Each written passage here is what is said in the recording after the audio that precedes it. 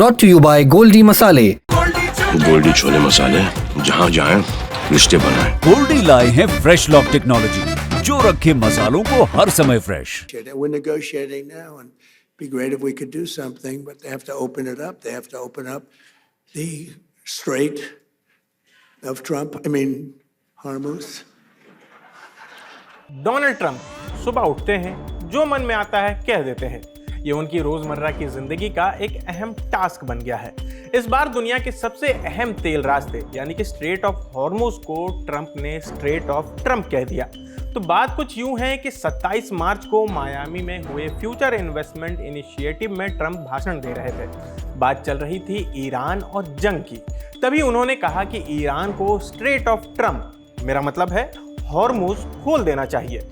इतना ही कहते वहां मौजूद लोग हंस पड़े। फिर ट्रंप ने खुद ही अपनी बात पर कहा, माफ कीजिए, बहुत बड़ी गलती हो गई। लेकिन अगले ही पल उन्होंने कहा कि फेक न्यूज़ कहेगी कि मैंने गलती से कहा, लेकिन मेरे साथ ऐसा ज़्यादा नहीं होता। अगर होता तो बड़ी खबर बन जाती।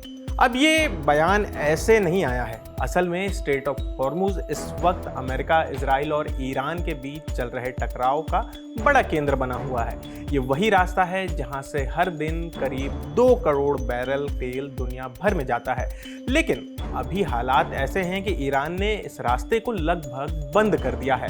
इसका सीधा असर दुनिया भर में तेल की सप्लाई और कीमतों पर पड़ रहा है। ट्रंप ने 21 मार्च को एक और बयान दिया था। बयान ये था कि हॉर्मुज वाले रास्ते को वो और ईरान के सुप्रीम लीडर मिलकर कंट्रोल कर सकते हैं ताकि जंग खत्म हो सके। ट्रंप कई बार ऐसा कह चुके हैं कि ईरान अमेरिका से बात करने को तैयार है और डील के लिए मिन्नतें कर रहा है। लेकिन वहीं दूसरी तरफ ट्रंप के इन सारे दावों को ईरान नकारता रहा है। ईरान का कहना है कि ऐसी कोई बातचीत कभी नहीं हुई या हो रही है।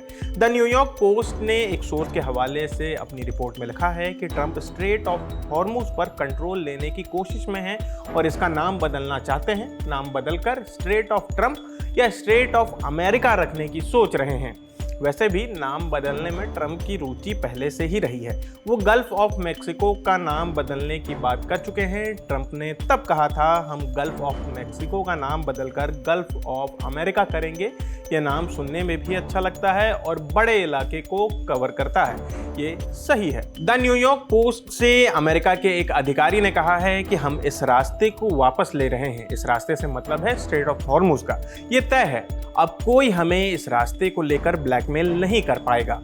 ट्रंप का कहना है कि ईरान काफ़ी कमज़ोर हो चुका है और डील करना चाहता है। लेकिन ट्रंप यहीं रुकना नहीं चाहते। उनका फोकस ये भी है कि आगे कभी ईरान इस रास्ते को रोक ना पाए और इस पर अपना हक जताने की स्थिति में न रहे। अधिकारी ने यह भी बताया कि ट्रंप का मानना है कि अगर हम इस रास्ते की सुरक्षा कर रहे हैं, इसकी देखभाल कर रहे हैं, इस पर निगरानी रख रहे हैं और तो और यहाँ से जहाज़ों की सेफली आने जाने की जिम्मेदारी ले रहे हैं, तो फिर इसे हॉर्मुज क्यों ही कहा जाना चाहिए?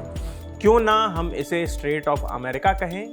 स्ट्रेट ऑफ हॉर्मुज ईरान के दक्षिणी तट पर है। इसका नाम पुराने समय के किंगडम ऑफ हॉर्मुज से जुड़ा माना जाता है। कहा जाता है कि हॉर्मुज नाम फारसी शब्द हुरमोग से आया है, जिसका मतलब होता है खजूरों की जगह, या फिर ये पारसी धर्म में रोशनी के देवता माने जाने वाले अहूरा माजदा के नाम से भी जुड़ा हो सकता है। पारसी धर्म दुनिया के सबसे पुराने धर्मों में से एक है जो एक ईश्वर में यकीन रखते हैं। इसकी शुरुआत करीब 1500 से 1200 ईसा पूर्व प्राचीन फारस में हुई थी, जो आज का ईरान है।